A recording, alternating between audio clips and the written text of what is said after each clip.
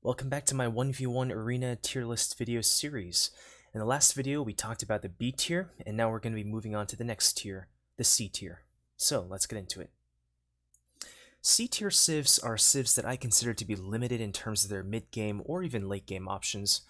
They can be mediocre to weak at multiple points in the game, have noticeable holes in their tech tree, be extremely predictable, or a combination of all three. And it's because of these issues that I feel really keeps them from being played to their fullest potential on Arena. But with that being said, they're able to execute one or two strategies pretty well, and this, in my mind, sets them apart from the civs in the absolute bottom tier. So with that said, civ number 1 in my C tier is the Huns. A pretty popular civ for when it comes to open maps. They're definitely a fan favorite for Arabia, but for Arena, I'd say they're quite on the lacking side, in my opinion. So the Huns, they have a few things going for them. The first is their pretty solid economy, with their housing bonus especially. This means that they end up saving quite a bit of wood over the long term. They save some during the Dark Age, but because they start with 100 less wood, it usually is somewhat balanced out. The housing bonus in terms of the wood savings it can give you is most impactful in the mid-game when you're starting to boom. It's a really helpful bonus there. Their faster stables and their cav archer discount, while they're not as impactful of bonuses compared to on Arabia, they can still be pretty good for helping you secure map control and or going aggressive. So think of a scout or light cav for map control. You can follow that up with some knights and go forward with some aggression if you want to. Maybe pairing it up with a little bit of siege, a couple of rams, a couple of scorpions to back up your knights in case your enemy tries to defend with pikes. That sort of thing. Cav archers can also be another option for going aggressive or taking map control. I mean, especially because they don't cost any food, and you'll be taking advantage of the combination of the Huns bonuses being the cheaper cav archers on top of the extra wood that you have banked up as a result of not needing to build houses. You can take map control, you can go aggressive with them, pair up your cheap cav archers with a little bit of siege and try to push into your opponent's base. It's a perfectly viable strategy to do. Their late game is also pretty solid, if not somewhat narrow, kind of reminding of civs like Slavs, for example, from S tier. So they have paladins, they have siege rams, they have their Tarkin unique unit. It's a lot more useful than some people might give them credit for if they have a lot of pierce armor. I've heard the analogy that they're basically Mayan elite eagle warriors on horseback. Their stats are pretty damn off the chain. They're 11 plus 4 attack and 8 pierce armor, which means they'll just shred up archers like there's no tomorrow. Heavy cav archers, they do miss Parthian tactics, but they do get a 20% discount in the Imperial Age, so it somewhat makes up for that in a lot of cases. Their trash is also surprisingly decent with the fully upgraded hussars, and as well as halberdiers and skirmishers that just miss the armor upgrades. They're still useful in most cases. Unfortunately for Huns, their main problems is one, the fact that they have fairly low tier monks. They miss a variety of texts, the most notable of which are probably redemption as well as block printing.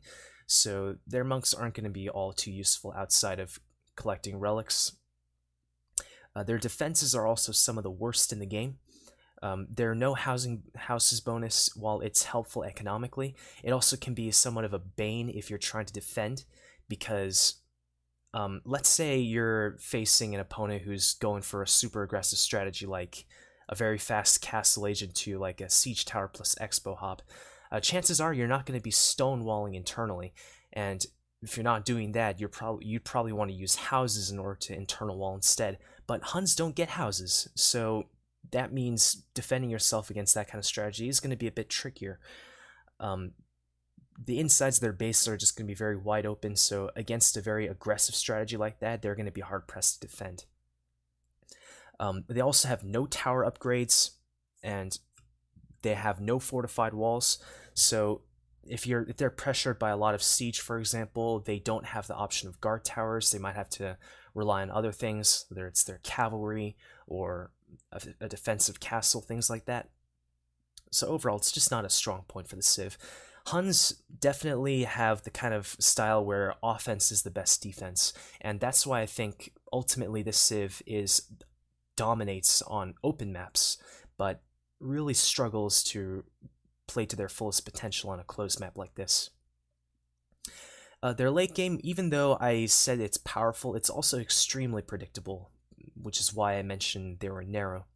So paladins, cav archers, and siege rams, as well as Tarkans, those are basically their only good units, and Tarkans even still are somewhat situational. They're best used against archers, but otherwise you'd probably want to default to your cav archers or paladins.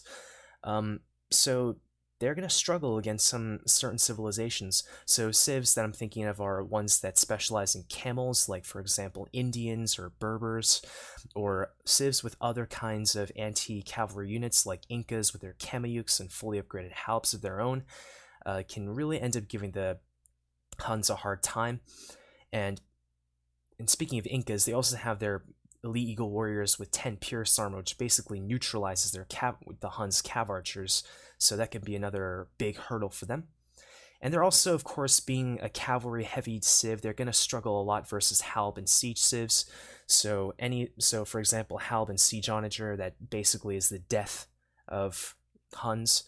But unlike some other civilizations that might be weak to that combination of units, Huns at least have the potential to go aggressive early on, so they can they at least have the flexibility and the potential to go all in, like 1 or 2 TC aggression, to try and end the game before the player with the civ that has like the Halb and Siege Onager combo for the late game, pressure them out before they can get to that. So overall, Huns, they have their strong points, but they have more weak points, and that's what I think ultimately just holds them back on this map.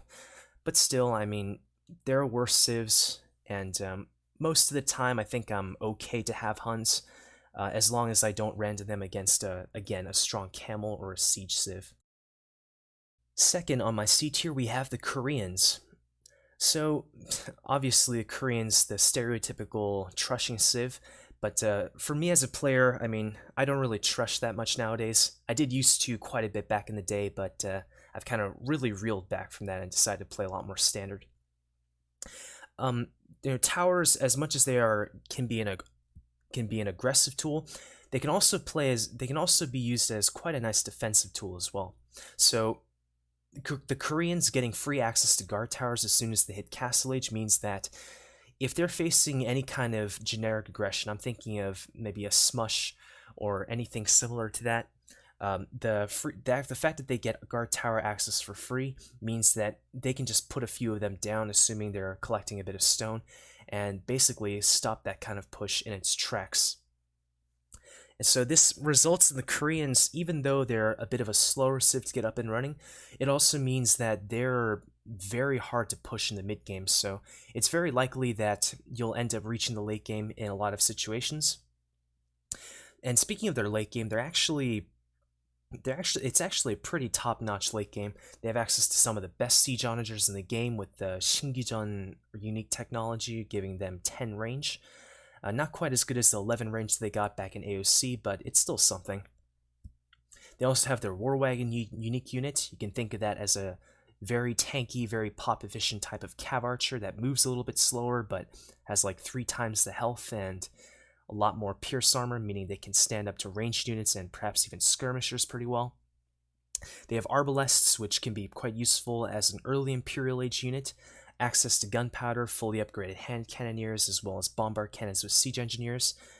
They have halbs, which can be a nice partner. They do miss blast furnace, but overall, I mean, it's like a cheap disposable unit to put in front of your siege onagers as well as war wagons. So it's they're perfectly serviceable in that role, as well as bombard tower access, kind of going back to their full access to gunpowder. And speaking of bombard towers, Koreans is probably I consider to be the second most convenient civilization to go them with, because they get free access to them after chemistry, just behind Turks, who get chemistry for free, as well as the bombard tower technology being half price for them, and also their unique tech artillery giving them the best range. But Koreans can definitely feel good about going Bombard Towers because you can just put them down as soon as you get chemistry, which, assuming you're opening with archers, which this civilization does like to do, means you'll be getting chemistry pretty early on, so it's something the Bombard Towers is something you can add on a little bit later on down the line. Unfortunately for Koreans, yeah, that's about where the good stuff ends. Their monks are pretty bad, some of the worst in the game, missing, I believe, Redemption, Atonement, Illumination even, as well as Heresy. And the lack of Heresy especially can be pretty devastating for a civilization like this that relies on expensive units, because monks will be the most useful against expensive units. So war wagons, siege onagers, bombard cannons, some of the Koreans' best units are all very expensive, and if they're losing these things to conversions, yeah, that's a big resource drain for them. They also have one of the worst stables in the game, seeking only competition from Vikings and Malay. I really don't see much of a use for their cavalry outside maybe they're the worst hussars in the game. At least they have hussars, but they are very bottom tier. Maybe they're useful for, maybe at least somewhat useful for raiding or trying to snipe siege, but overall you're not going to be too impressed with their stable. As well as the fact that they don't have much of an eco bonus. The stone bonus is nice for defending or if you want to trush, as the civ is known for, but unfortunately it's not a bonus that helps your boom very much, so yeah, they're kind of out of luck in that regard. As well, they're pretty gold dependent, although with some other civs like Teutons or Slavs, Halberdier plus Siege Onager isn't that gold intensive, and assuming you can keep your Siege Onagers alive, but then again, if you want to go war wagons as well, then it starts becoming really gold dependent, really gold intensive. So yeah, and the Koreans' trash is nothing to celebrate over. Their halbs miss blast furnace, their hussars miss bloodlines, blast furnace, and plate barding. So you're gonna have a bit of a hard time if you start running low on gold with a civ. Up next, we have the Mongols. Now, the Mongols have a couple of things going for them. The first is their light cav, which get extra HP as soon as you pick up the light cav tech, and this can be a great option for taking map control, some of the best light cav for doing that with. Their hunting bonus, also the 50% faster hunter bonus, also means they can have a very solid early game, and they have the potential for a fast uptime for booming, securing map control, or going aggressive, so it's a really flexible bonus in that regard. And speaking of aggression, harking back to the very fast castle drops with the mill start, the Mongols can pull off the fastest in the game, up as early as 23 plus 2 if you're crazy, and if you can execute it properly with at least 3 deer, and that can lead straight into their Mangadai, which, if you can get them out early, they can actually be pretty tough to deal with, because siege is not as effective against them, because they themselves have a bonus against siege. Combined with a little bit of siege themselves, it can really help with pushing into your opponent's base. The Mangadai, the extra HP Azar, and their drill siege later on can make for an extremely terrifying late game. So the Mongols, again, very, very narrow late game, but is extremely powerful. Mangadai can be extremely difficult to deal with for a variety of civilizations out there, especially civs that are reliant on things like infantry and siege and things like that, because the Mangadai basically has those two kinds of unit types on lockdown, assuming you have the micro and the skill needed to make sure you keep them out of danger. Unfortunately, this combination, the cost of being powerful, also means it takes a lot of time and resources to get up to, so they have the potential to get pressured out by a variety of more aggressive early game kinds of civilizations before they can get up there. But if they can get up there, you're looking at a very strong late game civ. The Mongols, the main downside is the fact that their boom during the mid game is rather generic. So once you've hunted everything and you've kind of benefited in the short term, you don't have much to look forward to for your mid-game boom. You don't really have any eco bonuses helping you out at that point in the game. And their late-game eco especially is pretty weak without crop rotation guilds or two-man saw. And I think the lack of two-man saw is especially egregious for the civ because it's such a wood-intensive army. Mangadai as well as siege costing an absolute butt ton of wood, and the fact that you don't get access to two-man saw just it doesn't sit too well with me. But I mean, if you can keep your army alive, typically a weak economy in the late game usually isn't that big of a deal. Their lack of halberdier can make it pretty difficult to handle powerful cavalry, camel, or especially elephant civs. And yeah, it's just those aren't elephants especially is not something Mongols deal with very well. Although if you can still create some kind of meat shield of like pikemen or hussars in front of things like scorpions, I think you have the potential to hold your own against these kinds of units, even though it's not fantastic. And of course, without access to gunpowder, the Mongols can struggle against infantry with high pierce armor like Huskarls or Ink and elite Eagle warriors with couriers. So yeah, the Mongols, they're strong, but they do have some unfavorable matchups, so you kind of have to use your own discretion at that point. So whether the Mongols can deal with a certain civ you're up against. But yeah, overall, Mongols, it's not the greatest arena civ, but I guess they're okay enough in a lot of cases. Definitely far from my favorite, though. Coming in number 4 on my C tier, we have the Berbers. So, the Berbers, one of the things they have going for them is they're faster moving villagers. Even though it's not really much of an economy bonus, it can make for a nice smooth Dark Age at least, and the faster moving villagers especially helps if you're luring bad boars. So if you have a boar that spawned outside of your walls and you're kind of worried about potentially losing a villager, you can, with a normal civ, the Berbers, you don't really have to worry about that because they can lure their vills can lure boars pretty far without even needing loom. Their cavalry discount bonus, 15% cheaper in Castle Age and 20% cheaper in Imperial Age, can be a big help for going aggressive after securing map control. So when you're going map control, you'd be creating the scouts in Feudal Age, so you won't benefit from their bonus there. But later on, if you start adding in knights or camels and want to go aggressive, pairing it with siege, you end up saving quite a lot of resources, so it can be pretty useful in that regard.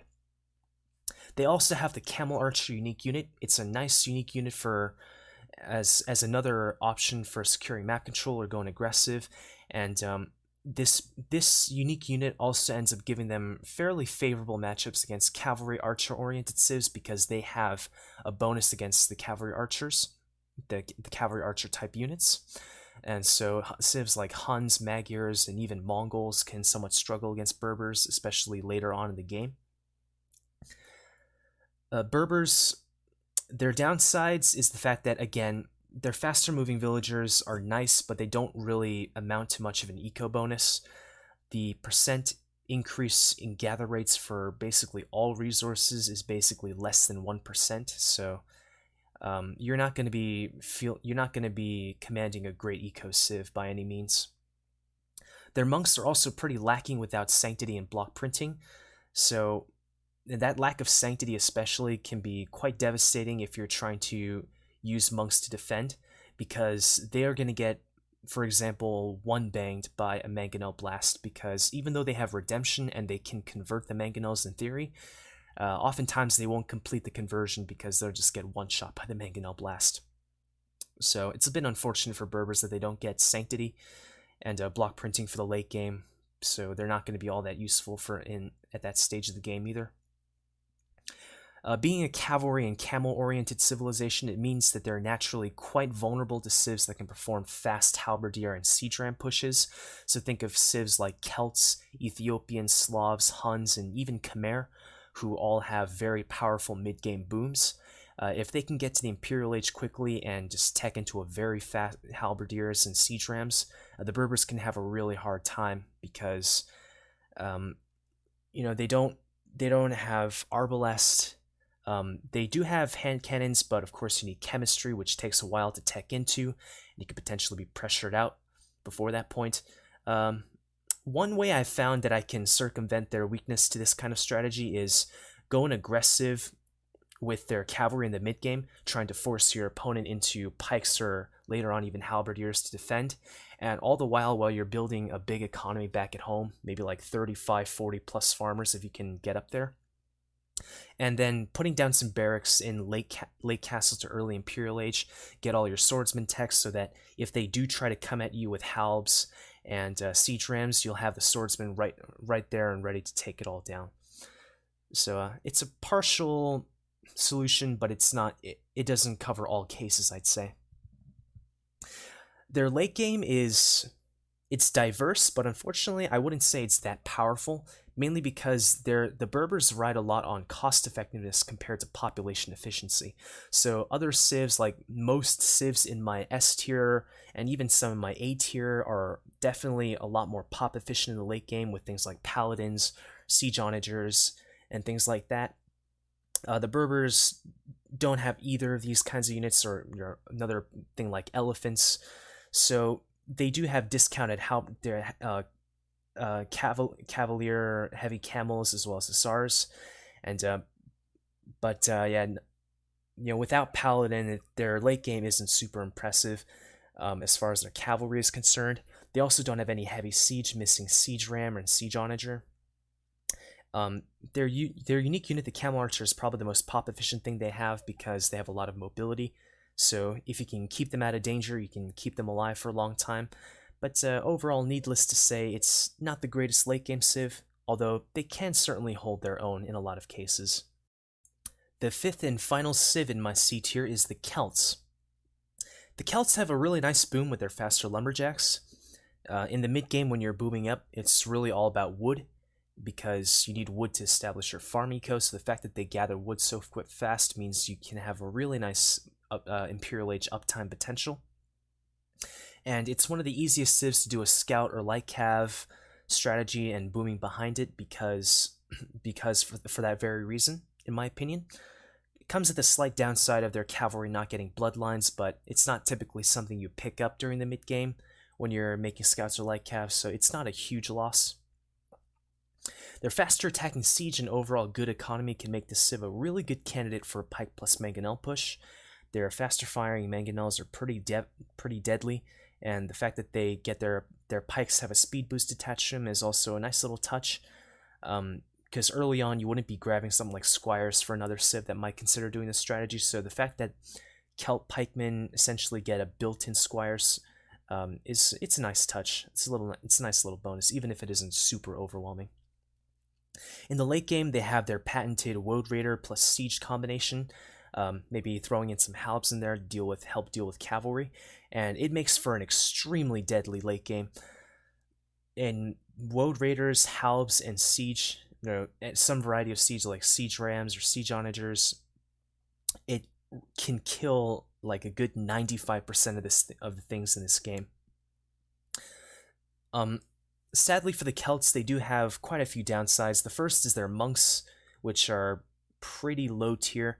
They miss, I believe, half the technologies in the monastery, so they're not going to be all too useful in that role, and in the typical roles that a monk can perform.